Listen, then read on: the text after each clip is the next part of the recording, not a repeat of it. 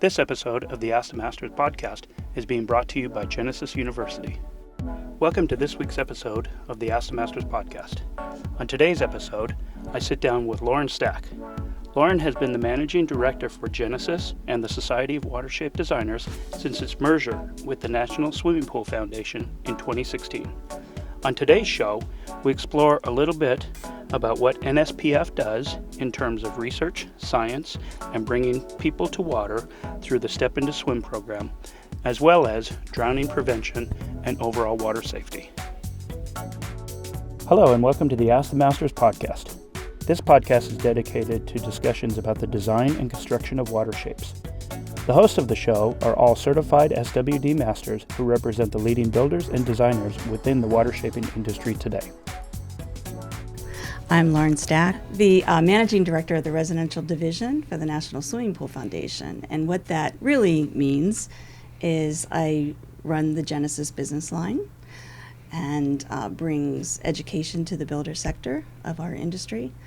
And also I do Step Into Swim, which is a philanthropic arm of NSPF. And it's all about bringing more people to water for healthier and happier lives. Sure.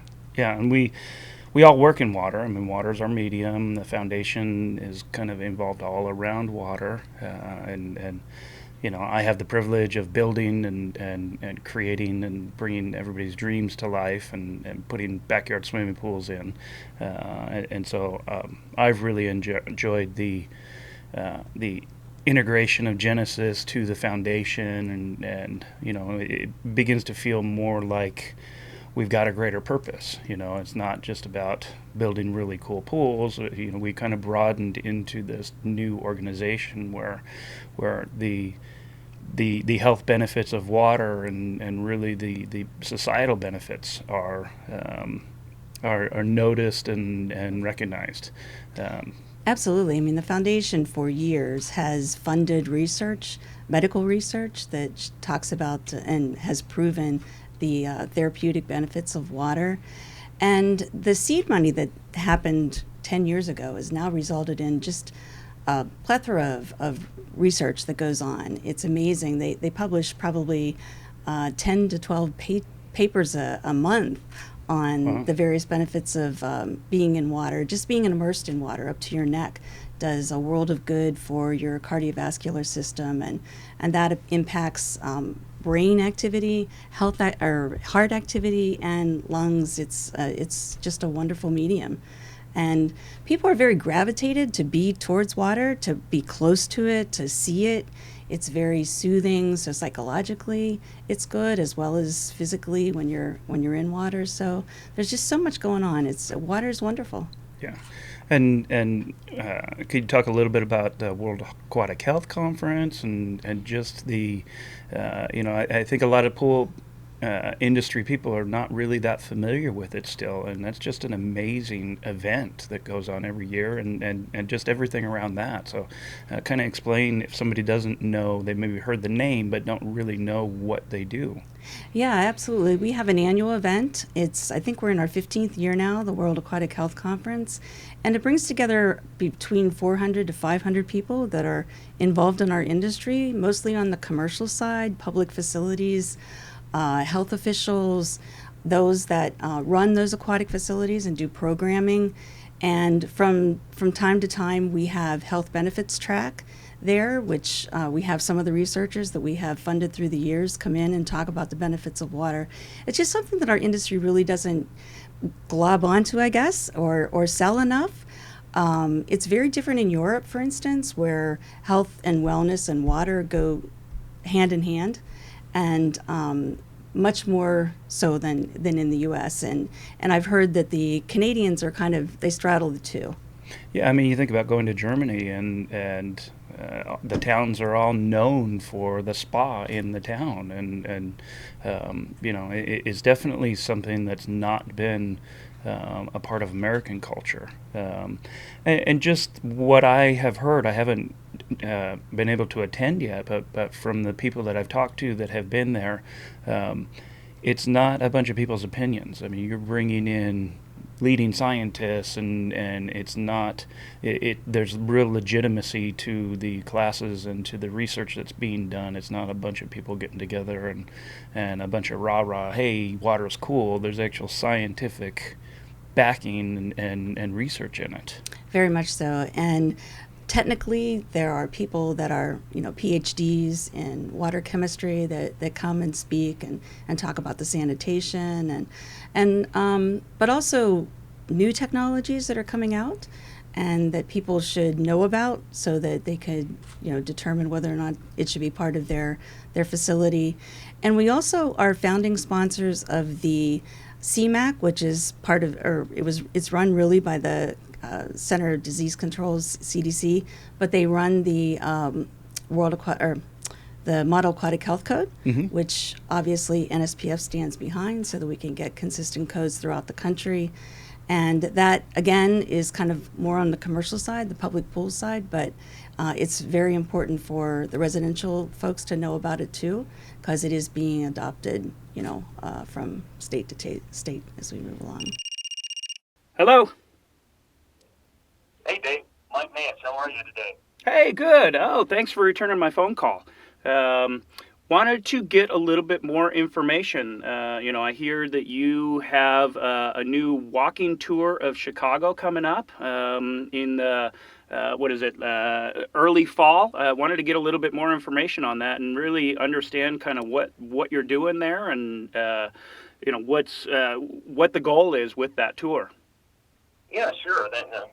Love to talk about it. Yeah, it's going to be September the 22nd is the actual date. 22nd, now I'm blanking just a moment. It's around that, don't have a calendar in front of me. September 22nd, there's going to be 3 days. We're going to arrive on a Friday evening and have a quick dinner and discussion of what's to come and maybe do a few drawing exercises to kind of kick things off and have a little fun with.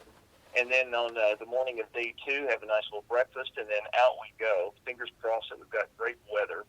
We're going to be staying very near the Art Institute of Chicago, and everything that we're going to do is we're going to be within that kind of a little zone of walking distance. So I'm going to arm everybody with a chair, a little foldable chair that weighs about, 7, 8, 9 pounds. It's not too terribly heavy. Throw it over your shoulder and a pad and a pencil, and off we go. And we're going to head out. Probably our first stop is going to be, there's a little water garden right outside of the Art Institute of Chicago, and that'll probably be our first stop. And what we're going to do is, again, just simple outdoor sketching. I think there's a French term called, my French is terrible, plein air, Plein, I believe is the way it's spelled, and that's painting or drawing outdoors, or in the outdoor air, fresh air. And so we're going to set up and have a look at the fountain, talk about it, discuss it, pick parts and pieces of it to draw, and it's just going to be sort of random stuff that people will decide, I like this corner, I like this side, I like this entire scene, and just do some very simple, basic kind of rough sketches, and then move around to different locales doing that very type of thing. There's a Buckingham fountain there, the big Chicago fountain, and then there's one called the Crown Fountain.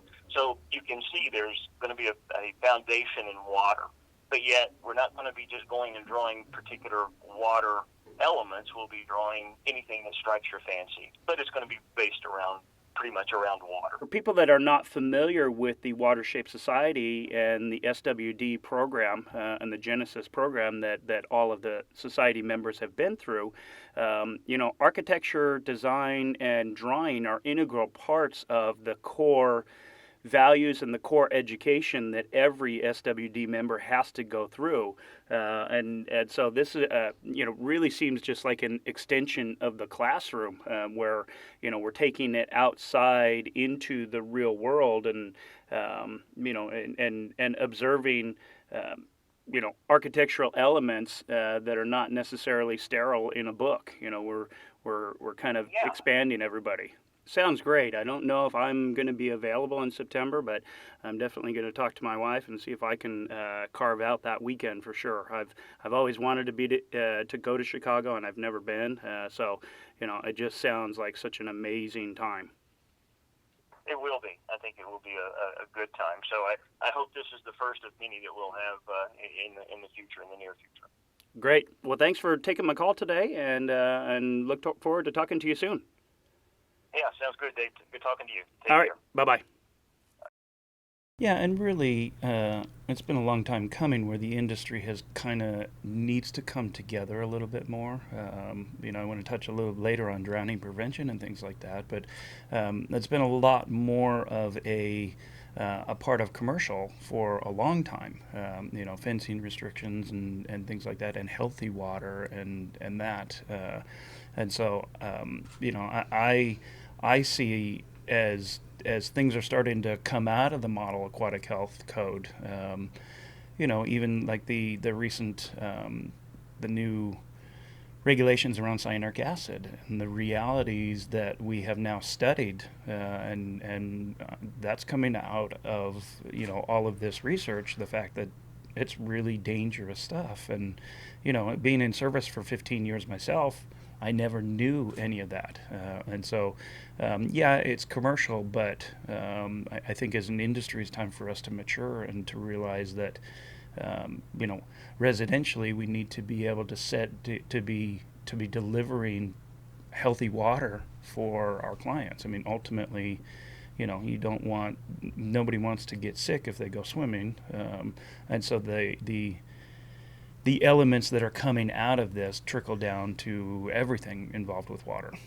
Absolutely. And there's, a lot of the people that build residential pools also build commercial pools. So there's a lot of overlap on the building side and certainly on the design as well. And the technologies, it's still water. It's a vessel filled with water, whether it's a lap pool in a university or if it's a large pool hanging off a cliff in California.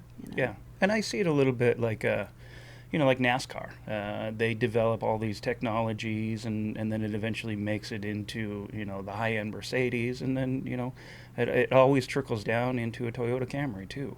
It's kind of the commercial stuff. It all eventually will trickle down into the residential market, which is just overall good for everybody. Mm-hmm. So it's good to come. You should come to the conference, give it a shot.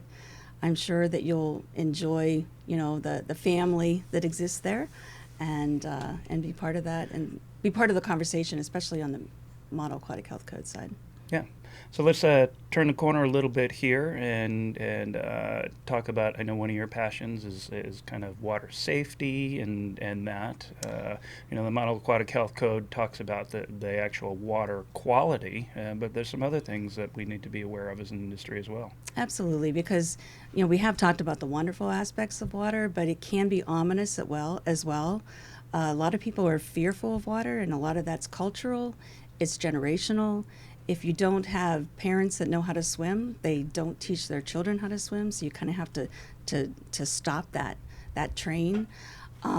It's the ominous part of water. If you think about drowning being the number one cause of death, accidental death for children 1 to 4, and it's such a tragedy when it happens that if people knew that formal lessons would decrease the opportunity or the chance of dying by 88% through drowning, it would be, wouldn't you want to do that? If you could protect your child by 88% of the children.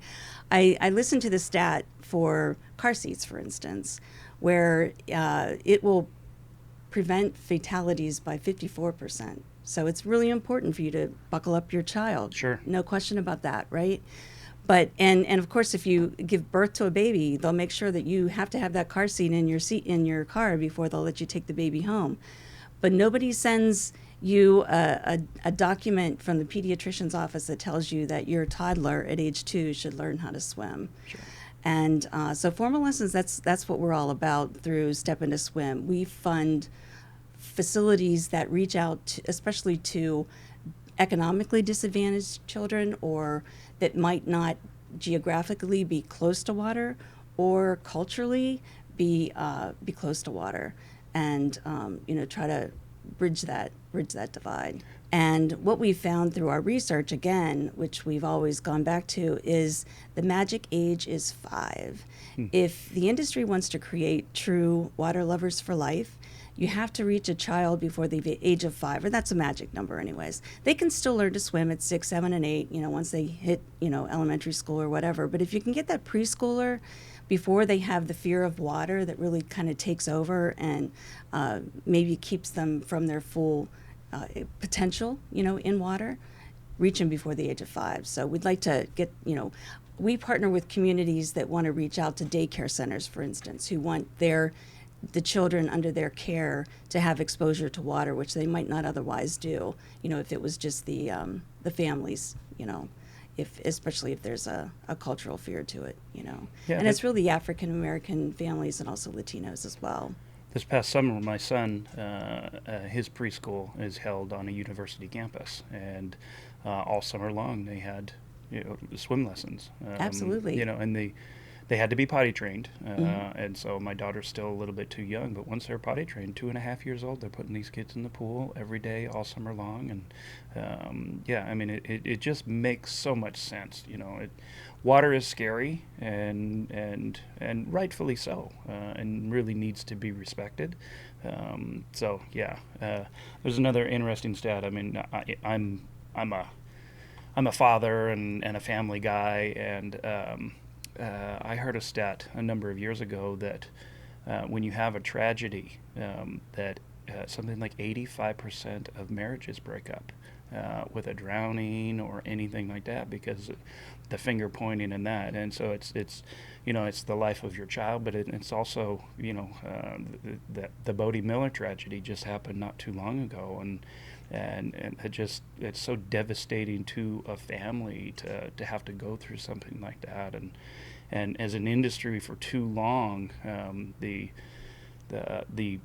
building industry has just kind of swept this under the rug and not really talked about it. And I'd really like to see that change a little bit, and really, have the builders make their clients aware that, of the dangers, and just educate them. There's some real simple things that can be done that I think just it raises the professionalism for the industry, but again, it's about humanity too, and nobody wants to see someone die in a pool that they've built.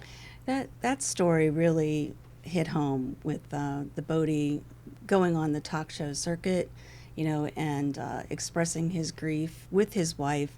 And as you said, the finger pointing can happen. I don't think it's going to happen with them, thank goodness. But you take a case with them where they had a backyard pool, they had all the safety things, they had the fence, they had the alarms on the doors and everything. But their little girl died not in their pool, but in a neighbor's pool, and swimming wasn't even on the agenda that day. And so there, the little girl is sitting with her older brothers watching TV and whatever the neighbor kids are doing. And then all of a sudden she slips out the back and she goes into the neighbor's pool. And one of the things that I took away from that, and seeing the videos, again, of them being on the talk show, and they showed the wonderful pictures of Bodie in the pool with the 2 older brothers, Emily's 2 older brothers, and Emily would have the water wings on, and she would jump fearlessly into the water, into the arms of Bodie.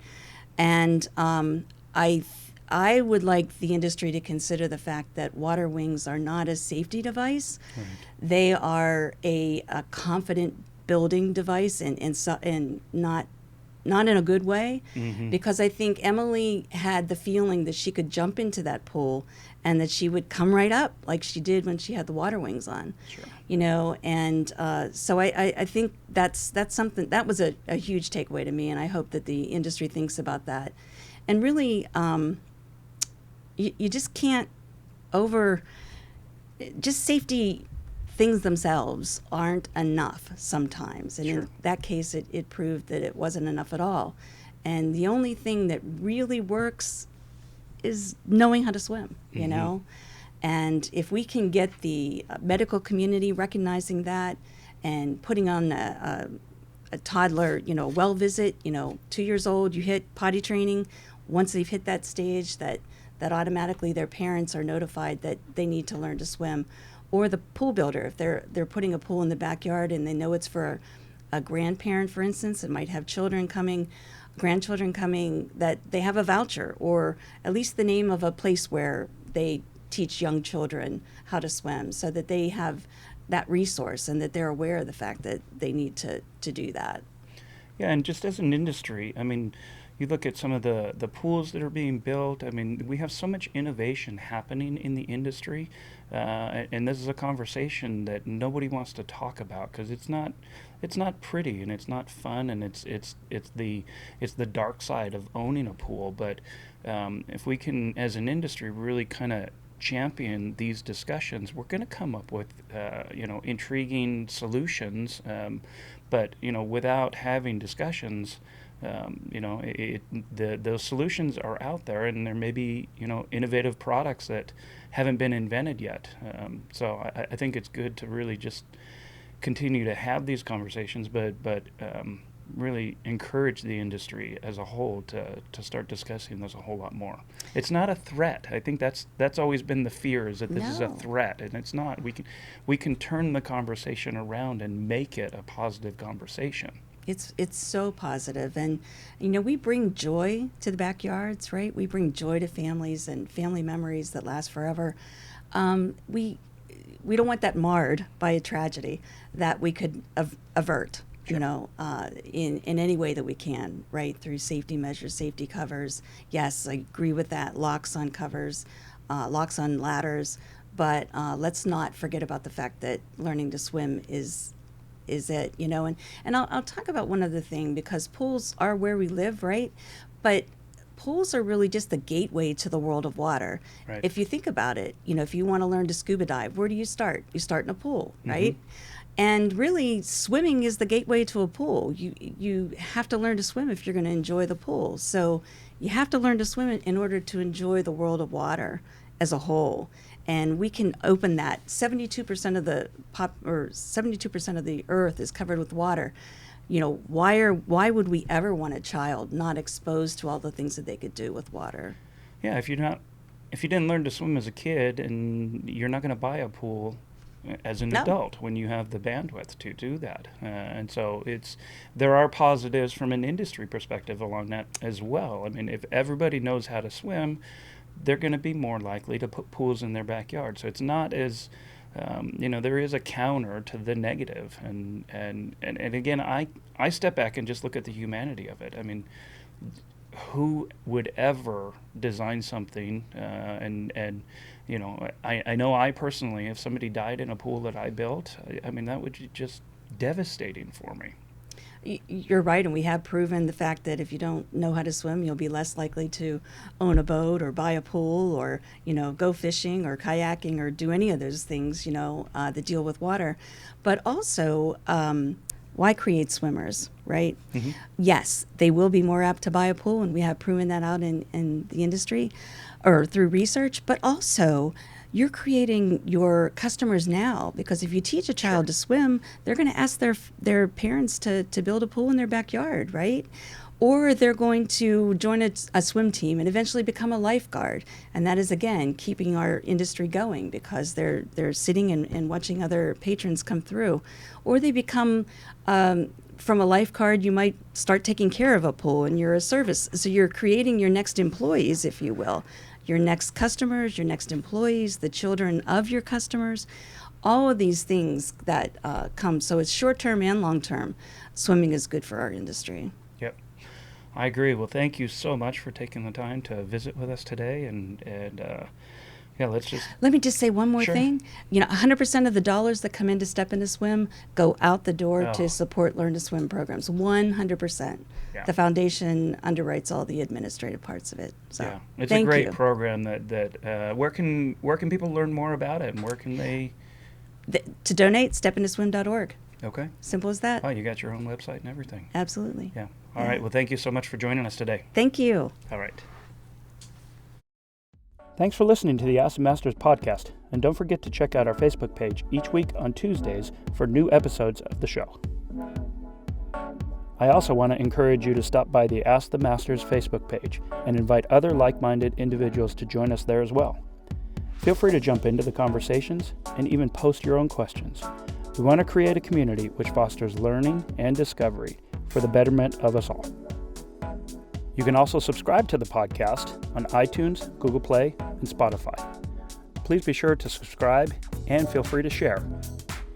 For more information on Genesis University, please see our website, www.genesis3.com.